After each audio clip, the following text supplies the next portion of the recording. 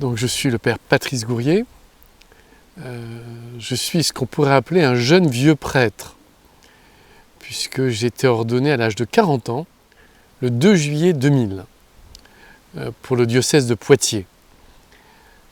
Précédemment, j'ai mené une vie professionnelle dans le domaine de l'édition, à Paris, avec une vie avec beaucoup de voyages, une vie avec beaucoup de stress, parce que le monde de l'édition, je l'ai toujours connu en restructuration. Donc les sociétés dans lesquelles je travaillais étaient régulièrement rachetées par des groupes de plus en plus grands, avec des impératifs économiques de plus en plus forts. Et parallèlement à cette vie professionnelle, passionné de Jésus depuis toujours, je me suis formé à la théologie. J'ai fait une licence canonique, le cycle C, ça s'appelle, à l'Institut catholique de Paris, un cycle spécialement dédié pour les salariés, où en fait la licence, on l'a en 10 ans, donc il faut un certain temps. Et puis à un moment donné, de par l'accompagnement de personnes en fin de vie, puisque j'ai été bénévole à l'aumônerie de l'hôpital à Pétier-Salpêtrière pendant un certain temps, eh bien j'ai ressenti un appel profond à tout lâcher pour suivre Dieu. Et pour moi, c'est important cet appel à l'hôpital, parce qu'à l'hôpital, j'avais l'impression de ne pas pouvoir tricher en fait. On est à la fois totalement inutile et en même temps nécessaire. C'est-à-dire que les personnes qu'on va voir en général sont soit de passage, soit des personnes qui sont vraiment très malades. Et les échanges qu'on avait étaient extrêmement profonds. Et vraiment là, je me rappelle très bien, en déambulant dans les couloirs de l'hôpital, me faire cette réflexion à la fois d'une inutilité personnelle et en même temps de la nécessité de cette présence du Christ à l'hôpital. Et j'avais été très marqué par un aumônier parisien, Michel Golfier, qui m'avait dit « N'aie jamais peur, le Christ est avant toi dans la chambre où tu vas. Et en fait, tu vas le rejoindre. » Et cette parole m'a accompagné tout au long de ce bénévolat qui n'était pas évident. Et donc à un moment donné, je dirais avec les études de théologie, le bénévolat, une tension intérieure a vu le jour en me disant « Mais qu'est-ce que je fais de ma vie ?»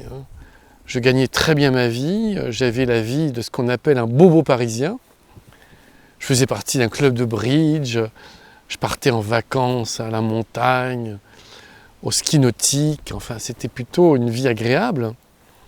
Et en même temps, cet impératif que je ressentais au fond de moi, d'annoncer celui qui m'accompagne depuis toujours. Parce que même durant ces années professionnelles, je sentais cette présence de Dieu très profonde. Et très exactement la présence du Christ. Depuis que je suis petit, je dirais, je suis un amoureux de Jésus. Voilà. Quand j'étais au catéchisme, je ne devais pas être très drôle pour un petit camarade, puisqu'à la récréation, je prenais l'évangile, je me mettais sur des marches, je me vois encore, et je n'allais pas jouer au ballon, je lisais l'évangile. Et c'était une manière d'être proche de Jésus. Donc j'ai franchi le pas et j'étais accepté dans le diocèse de Poitiers. Il me semblait important à l'époque de rompre avec ma vie parisienne. Voilà. Je ne voulais pas être un prêtre mondain. Et donc je suis arrivé dans ce diocèse dont j'ignorais tout. J'ai continué des études de droit canon. Et là, la providence, parce que je crois beaucoup à la providence, a beaucoup joué dans mon cheminement, puisqu'un jour, allant en librairie, j'ai découvert par hasard un ouvrage écrit sur l'hésychasme. J'ignorais totalement ce qu'était l'hésychasme, mais la couverture était sympathique et j'ai acheté l'ouvrage. Et j'ai découvert une tradition chrétienne de moines, d'hommes, de femmes, qui étaient partis dans les déserts d'Égypte pour être en présence de Dieu dans le silence du désert, qui n'est pas du tout la tranquillité, puisque là-bas les tentations étaient fortes, mais un apprentissage intérieur, un message spirituel extrêmement fort d'une tradition qui visait l'hésychia. Alors malheureusement, dans l'Église catholique, peu de gens savent ce que c'est. L'hésychia, c'est cette paix intérieure, ce silence, qui est la condition finalement pour écouter Dieu. Parce que Dieu ne se dit pas dans le brouhaha extérieur ou intérieur. Et donc j'ai découvert ces hommes, ces femmes, ces Abba, ces Amma, qui donnaient un enseignement extrêmement fort. Et puis, je ne sais pas si c'est la providence, mais 2 mois avant d'être ordonné prêtre, à la suite d'une erreur médicale, on m'a annoncé que j'allais mourir. Et j'ai découvert, à travers cette annonce et avec tout ce qui s'en est suivi, la faiblesse. Je n'avais jamais été faible. Santé très robuste, aucun problème. Et d'un seul coup, 2 mois d'hôpital, avec des drains partout, des perfusions, le ventre ouvert. Et là, s'est ancré en moi ce que les pères du désert, qui enseignaient cet Ézéchias, avaient transmis, ce qu'on appelle la prière de Jésus. Certains disent la prière à Jésus ou la prière du cœur. Une prière très très simple. Une prière où on se met en présence de Dieu et on l'invoque. On l'invoque par la répétition d'une phrase. Et j'ai découvert que cette tradition des pères du désert s'appuyait sur la tradition juive, qui était en fait une tradition où on habitait, on se laissait habiter en fait, par une phrase très courte, une prière dite monologique, où se trouvait le nom de Jésus. Et moi, ça a beaucoup répondu en moi, ça a fait écho, parce que comme je vous l'ai dit, je suis un amoureux de Jésus, et d'avoir cette prière très simple, Seigneur Jésus, viens à mon aide, telle que je la pratiquais à l'époque, m'a soutenu à l'hôpital. Et je dirais que c'est à l'hôpital pendant 2 mois qu'elle s'est ancrée. J'ai beaucoup souffert au début, la morphine n'était plus très efficace, et en fait, c'est cette prière qui me permettait de garder le fil de la vie. Parce que là, quand on m'a annoncé que j'allais mourir, je savais que j'allais mourir. On sent quand on meurt. Les forces partent de vous. Mais j'étais pas révolté, j'étais prêt. Et donc cette prière de Jésus m'a habité des nuits entières. Et je me rappelle très bien, quand j'ai fait mes premiers pas autour de mon lit d'hôpital, avec les drains, etc., eh bien je disais, Seigneur Jésus, viens à mon aide. Et là on sent bien que pour moi c'est une invocation, c'était un cri. Viens parce que je suis faible et que j'ai besoin de toi. Et donc cette prière à l'hôpital est devenue vraiment, je dirais presque une seconde nature. Je la pratiquais des nuits entières parce que la nuit je ne dormais pas, j'avais trop mal. Les infirmières, à ma demande, gardaient les volets ouverts parce que les volets fermés pour moi c'était déjà être dans la tombe. Alors que là je voyais le ciel et je pratiquais la prière de Jésus face aux étoiles. Et il y a eu cette dimension, une dimension, alors les pères de l'Église utilisent beaucoup le mot, nous catholiques nous l'utilisons moins, une dimension cosmique de la foi, une union avec l'univers. Et je rappelle que le mot cosmos, ça veut dire harmonie. Et Dieu a créé le cosmos. Et malgré la douleur, grâce à cette prière, je me sens en harmonie avec l'univers entier, avec Dieu lui-même. Et en communion. Alors ça, j'ai fait l'expérience physique de la communion des saints. Ça m'a été donné une nuit, brutalement. Je priais cette prière de Jésus, et d'un seul coup, j'ai eu l'impression que toutes les étoiles du ciel étaient liées. Mais en fait, c'était symbolique. Ça voulait dire que tous les êtres humains étaient liés. Voilà. Et j'ai compris à ce moment-là que mon cheminement spirituel n'était pas mon cheminement. Quand je m'élève, le monde s'élève. Quand je m'abaisse, le monde s'abaisse. Et j'ai compris Saint Jean qui nous dit qu'on fait un avec Dieu, qu'on fait un les uns avec les autres.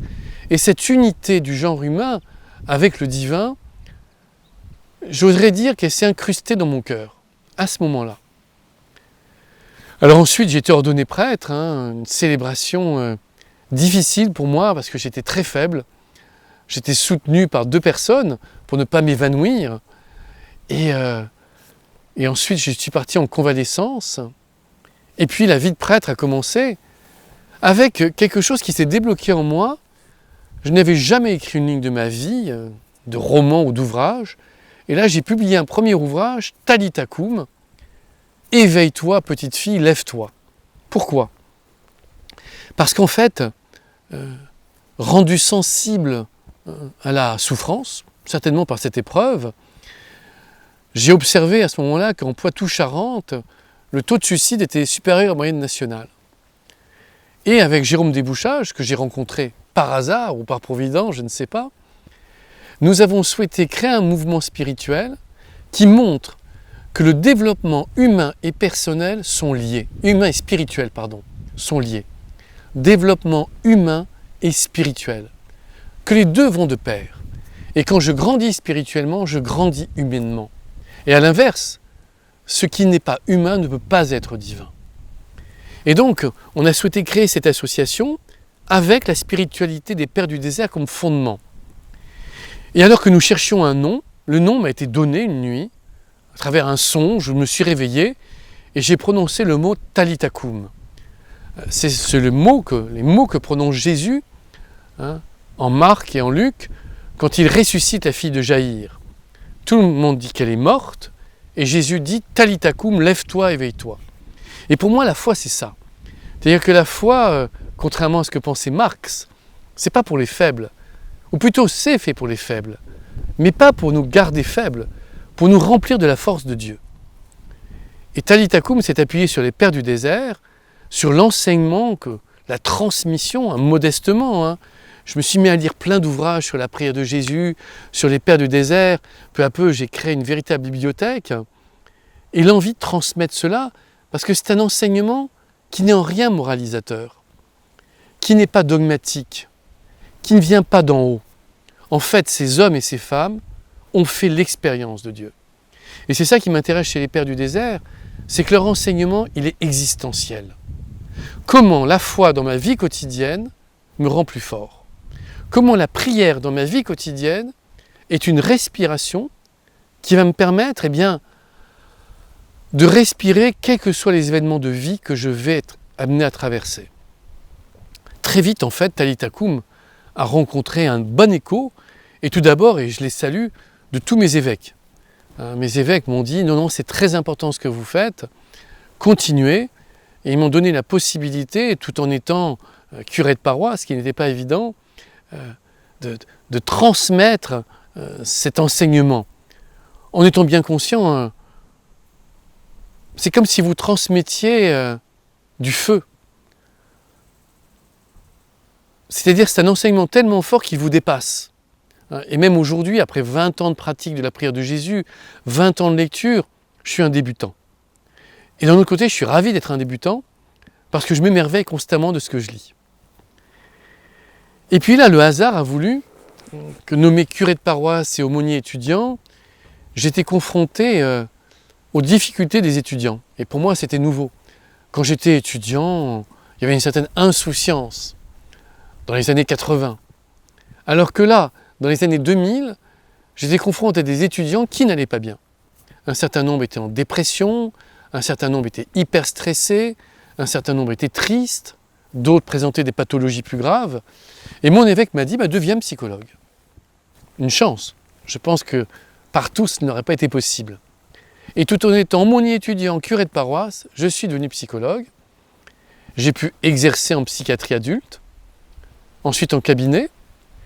Et là, un jour, par hasard, je suis un gros lecteur, je découvre un ouvrage, Au cœur de la tourmente, la pleine conscience. Je ne savais même pas ce que c'était, mais il y avait marqué la méditation, comment elle vous aide. Et là, je me suis mis à lire cet ouvrage et j'ai trouvé des points communs avec l'enseignement des Pères du désert.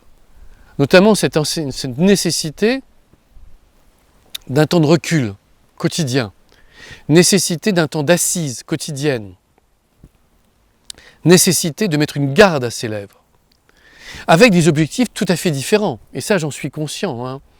D'ailleurs, je l'explique souvent, le mot méditer, en Occident, peut avoir 3 racines principales.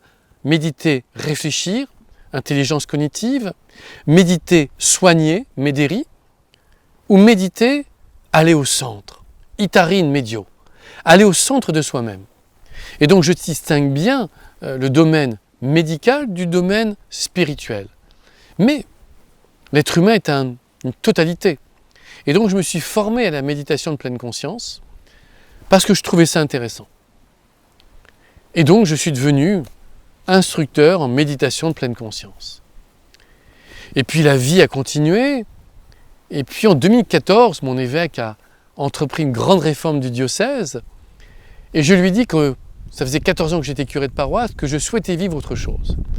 Et donc il m'a dit, en fonction de ce que vous êtes, je vous nomme aux nouvelles attentes spirituelles. Parce que soyons clairs, il y en a qui désespèrent de voir les églises vides, ça m'attriste. Mais la quête humaine continue. Donc la question c'est, comment nous, chrétiens, nous répondons à la quête spirituelle de nos contemporains? Qu'est-ce que nous pouvons leur apporter? Et donc, étant nommé aux nouvelles attentes spirituelles, j'ai souhaité, et il en était d'accord, créer un centre de méditation. Avec 2 poumons. Et je dis 2 poumons, volontairement, pas 2 pôles, 2 poumons.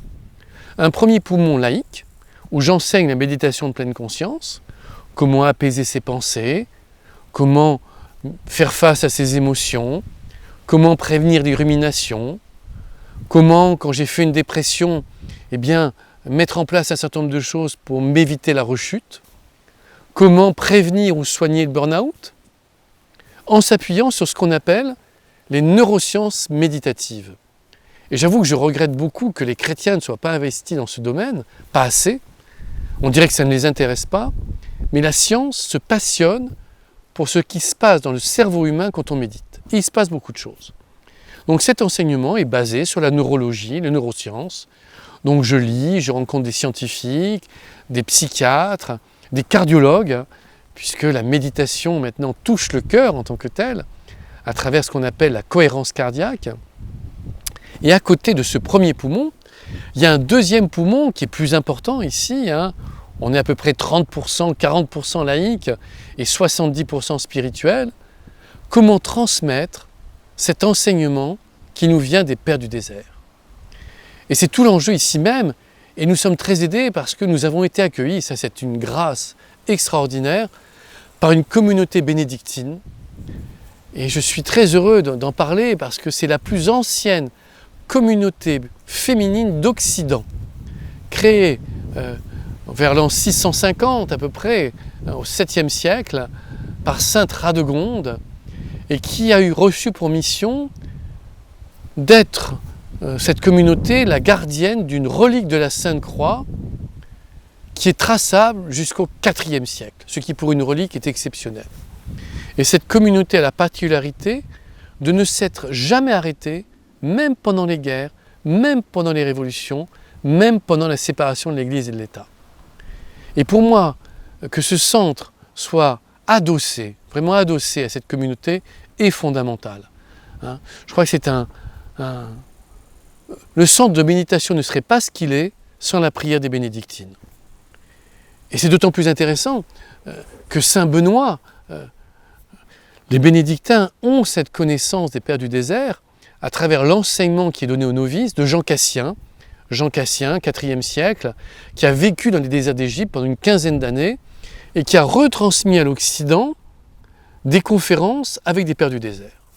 Donc nous avons cette double respiration, à la fois des personnes qui viennent de loin, qui ont besoin de se remettre, de reprendre pied, reprendre confiance en elles, à qui nous offrons la possibilité soit un protocole médical ou paramédical laïque, soit ce chemin des Pères du désert.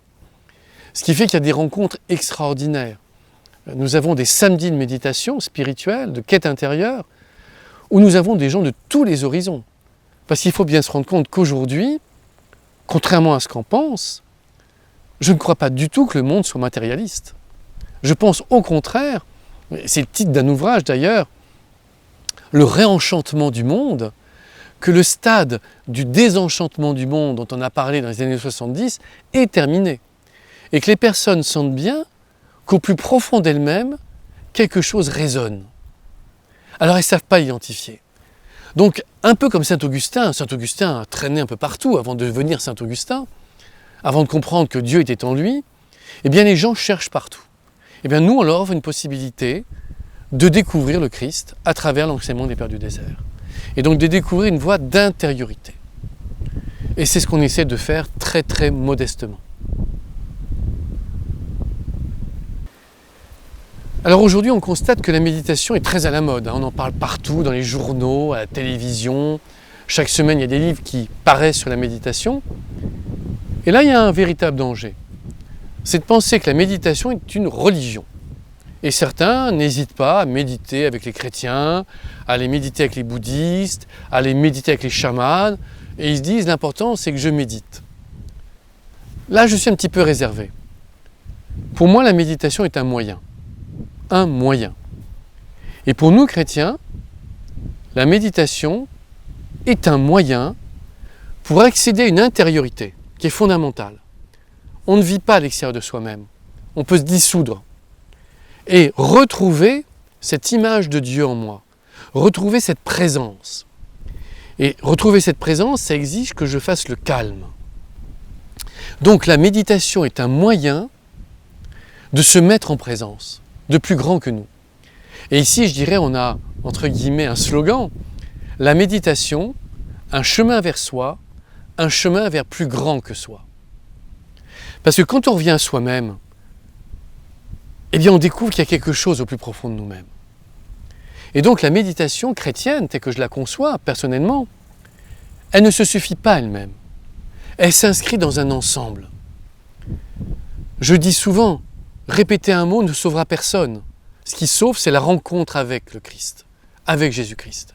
Et c'est pourquoi nous avons choisi, nous, dans l'invocation du nom de Jésus, justement de garder le nom de Jésus. Donc, conformément à la tradition, il y a beaucoup de formules différentes. Dans cette prière de Jésus, nous proposons soit « Seigneur Jésus, viens à mon aide »,« Seigneur Jésus, viens à notre aide », ou bien « Jésus est dans mon cœur est en Jésus », une invocation qui nous vient de Saint Jean Chrysostome, ou bien la formule traditionnelle orthodoxe « Seigneur Jésus, Fils de Dieu, aie pitié de moi, pécheur ». Ce qui compte dans cette invocation, c'est justement qu'elle soit une invocation. C'est-à-dire que la méditation chrétienne, elle est adressée. J'invoque Jésus. Je me tourne vers lui. Et c'est pourquoi la méditation, pour nous, il est très important qu'elle fasse partie d'un ensemble. Et cet ensemble est très simple. Premier élément de l'ensemble, les sacrements. Voilà. Je suis prêtre, je célèbre la messe depuis près d'une vingtaine d'années. Chaque messe est un émerveillement pour moi. Je suis désolé, je suis ému, mais chaque messe est un émerveillement. Quand j'étends les mains au-dessus de l'autel, quand je prononce des paroles qui ne sont pas les miennes, mais qui sont celles du Christ lui-même, eh bien au plus profond de moi, c'est un bouleversement. Le curé d'Ars disait que le prêtre fait descendre Dieu sur l'autel. J'entends la phrase, je ne suis pas sûr de comprendre, tellement c'est fort. Et qu'ensuite, le pain soit rompu pour être partagé. Et pour moi, l'Eucharistie, alors c'est la formule du Concile Vatican II, mais pour moi, ce n'est pas une formule. L'Eucharistie est source et sommet de la vie chrétienne. Voilà. Il ne peut pas y avoir de méditation sans Eucharistie. La méditation m'ouvre à l'Eucharistie nourrit ma méditation. Quand saint Augustin nous dit qu'en nous communions, deviens ce que tu reçois, waouh, je suis uni à Dieu lui-même. Donc ça se complète, ça ne s'exclut pas. Voilà. Et je suis frappé d'ailleurs de voir que les méditants vivent la messe intensément. Parce qu'en fait, ils apprennent à être là. Ils apprennent à vivre ce que saint Augustin et ce que bien d'autres mystiques appelaient l'instant présent. Dans les confessions, saint Augustin dit qu'il n'y a qu'un temps, le présent. Parce que je vois le passé par rapport au présent, je vis le présent au présent et je vois le futur par rapport au présent. Donc, d'apprendre à méditer me permet d'être là et de goûter la messe et de la vivre avec les yeux du cœur. Voilà. La messe ne se vit pas seulement avec les yeux du corps, elle se vit avec les yeux du cœur. Elle se goûte avec le cœur. On entend les textes avec le cœur. Et je pense que la méditation, en permettant cette ouverture du cœur, permet d'être ouvert à l'Eucharistie. Voilà, donc moi, vraiment, je pense, et c'est ce que je préconise, La méditation conduit à la messe, à l'Eucharistie, et l'Eucharistie nourrit ma méditation. Je crois que c'est vraiment important d'avoir ça en tête, parce que sinon on passe à côté de quelque chose. Sacrement de réconciliation. Je suis frappé aujourd'hui, se confesser n'est plus le fruit d'une pression sociale. Soyons clairs, ceux qui viennent se confesser, c'est qu'ils sentent qu'ils ne sont plus dans l'axe de la vie spirituelle, qu'ils ont pu déraper. Et ce sacrement de réconciliation me remet dans l'axe. Et pour méditer, je dois être dans l'axe de Dieu. Si, imaginons, je suis quelqu'un d'extrêmement médisant, comment puis-je méditer ? La médisance va habiter ma méditation, elle va la polluer. Et de vivre le sacrement de réconciliation va me permettre, voilà, comme une nouvelle naissance. Pour moi, le sacrement de réconciliation, il est nuptial, c'est une nouvelle alliance. Et je chemine. Voilà. Donc les sacrements sont fondamentaux. Donc c'est le premier pôle. Le deuxième pôle, tout aussi fondamental, je les cite parce que l'être humain est obligé de procéder par étapes, mais tout est concomitant, c'est la parole de Dieu. Voilà. Isaac le Syrien, un mystique du désert du VIe siècle, en Syrie, comme son nom l'indique, nous dit qu'il nous faut nager dans l'Évangile. C'est-à-dire nous imprégner de l'Évangile. Et d'ailleurs, les anciens, et je suis défaillant par rapport à ça, connaissaient l'Évangile par cœur. Et d'ailleurs, c'était une manière de vivre le combat spirituel. Évagre le Pontique, un père du désert, parle de ce qu'on appelle l'antirétique, c'est qu'à chaque tentation, comme le Christ, j'oppose une parole de Dieu. Et pour le faire, il faut connaître la parole de Dieu. Donc la méditation ne dispense pas de la lecture de la parole de Dieu. Je dirais même qu'elles sont nourries. Elles puissent ses racines dans la parole de Dieu. Jésus allait régulièrement à l'écart. Quand les apôtres rentrent de mission, c'est une délicatesse du Christ qui me touche énormément. Quand ils rentrent de mission, il ne leur dit pas combien de convertis, combien de possédés guéris, combien de miracles. Il leur dit asseyez-vous et prenez du repos. Tout est dit. L'assise. Donc, de connaître la parole de Dieu permet de nager dans cette parole. Certains mystiques vous disent que l'évangile, c'est l'incarnation de Dieu. Donc, pôle des sacrements, pôle de la parole de Dieu qui est absolument fondamental. Le troisième pôle, tout aussi fondamental, c'est l'exemple des anciens, la lecture spirituelle. La vie spirituelle ne s'improvise pas. Nous avons la chance, nous chrétiens, d'être assis sur un trésor. Mais des fois, j'ai l'impression qu'on est tellement assis dessus qu'on ne sait plus comment, ma sœur la guêpe arrive, qu'on ne sait pas comment ouvrir la boîte. On est assis dessus sans le connaître. Donc il faut ouvrir le coffre et lire. Et là, à chacun d'entre nous, de trouver sa nourriture spirituelle. Pour certains, ça va être, comme pour moi, les pères du désert. Alors, pères du désert au sens large. Parce que père du désert, c'est jusqu'au 6e, 7e siècle. Et après, c'est toute la tradition hésicaste qui continue jusqu'à aujourd'hui. Aujourd'hui, vous avez des pères du désert modernes. On nous dit qu'il n'y a plus d'écrits, et je pense que c'est vrai, mais on se nourrit des anciens. Il y a d'autres traditions spirituelles, je pense au Carmel, avec Saint Jean de la Croix, Sainte Thérèse d'Avila. Enfin, il n'y a pas plus beau que le château des demeures. Sainte Thérèse nous guide à travers son ouvrage, inspiré par Dieu lui-même, tout comme Saint Jean de la Croix nous éblouit par ce qu'il ressent. Donc à chacun de trouver la nourriture spirituelle. Et j'insiste là-dessus.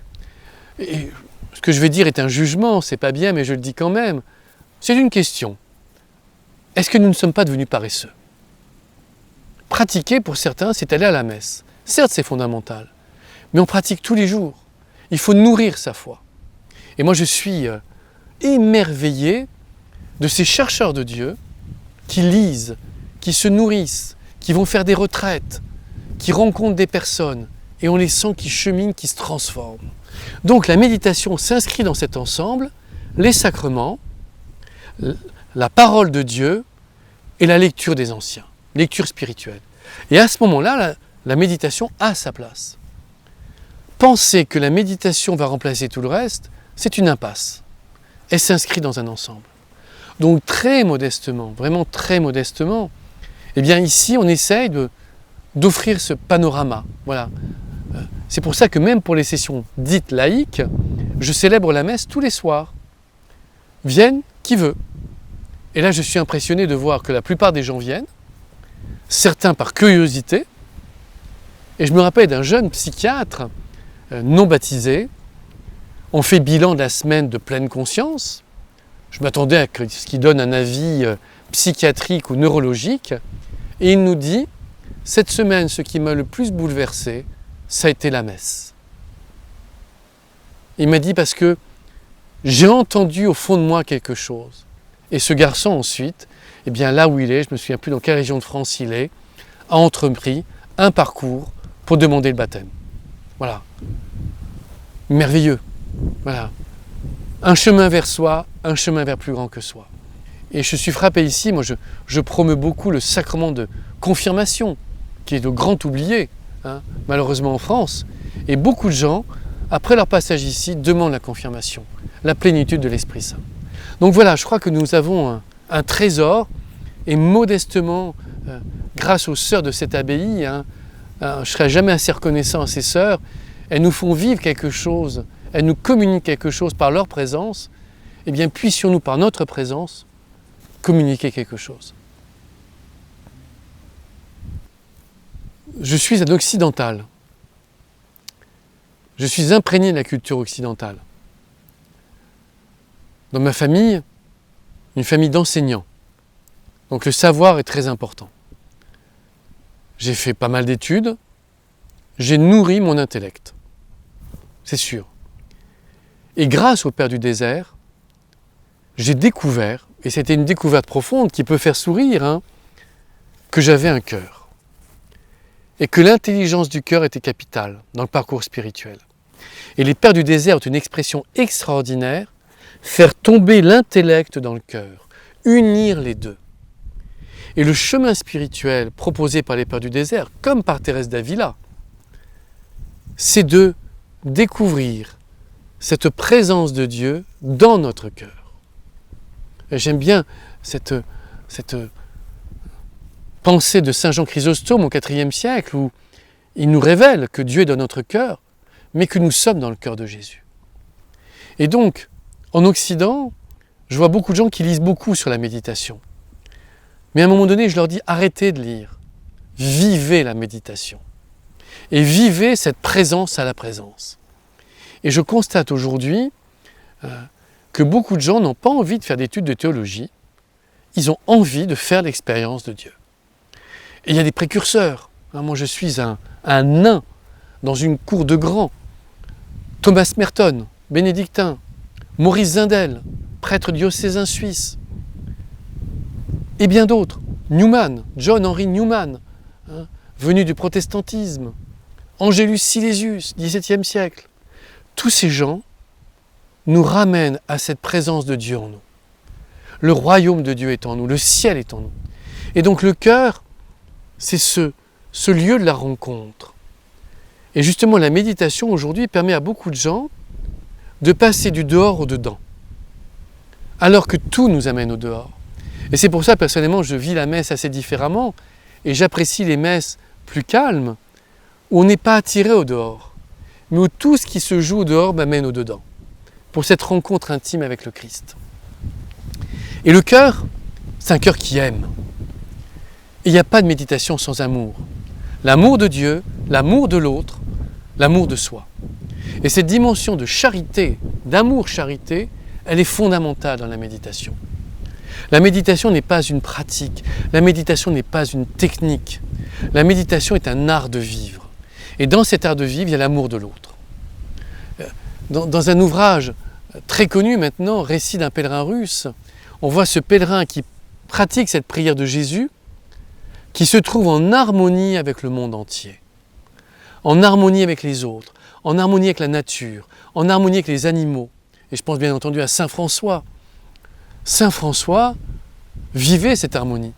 Et les grands saints l'ont vécu, les animaux l'ont vécu.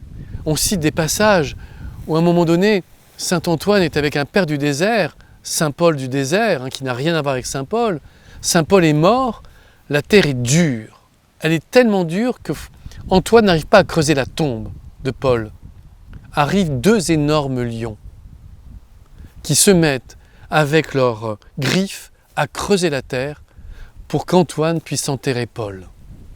Voilà. Alors ça peut faire sourire peut-être, mais je crois à tout cela. Et je crois vraiment à cette dimension du cœur de l'amour qui se diffuse. Donc, un méditant est un être aimant. Voilà. Et la méditation est une école d'amour, à l'écoute du Christ. Et à travers cela, il y a l'émerveillement. Je parle pour moi, je ne sais pas, mais je me suis aperçu qu'avec le temps, je m'émerveillais moins. Il fallait de gros événements pour m'émerveiller. Maintenant, je dois dire que grâce à ce contact sacramentel de la lecture de la Bible, des anciens, je m'émerveille d'une feuille qui bouge dans le vent. Je m'émerveille d'une libellule qui arrive sur une plante. Je m'émerveille du brin d'herbe. Voilà.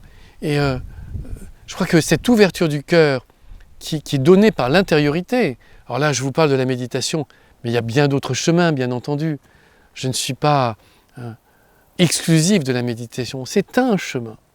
Mais en tout cas, qui permet à l'être humain de redécouvrir l'émerveillement. Et puis l'émerveillement devant l'autre, devant l'autre humain qui est devant moi. L'autre humain qui parfois, a priori, des fois m'agace, avec qui je ne m'entends pas forcément, mais au plus profond de lui, à l'image de Dieu. Et donc je suis appelé à m'émerveiller devant cela. Voilà. Donc vraiment, je pense, et je suis très optimiste de l'avenir. Beaucoup de gens sont pessimistes, les églises se vident, les séminaires ferment. C'est vrai. Mais, comme le dit un proverbe africain, un arbre qui tombe fait plus de bruit qu'une forêt qui pousse. Et aujourd'hui, à travers tout ce que je vois, et notamment dans le domaine chrétien, tous ces centres qui ouvrent partout, eh bien quelque chose est en train de pousser. Surtout, laissons pousser. N'éteignons pas l'esprit.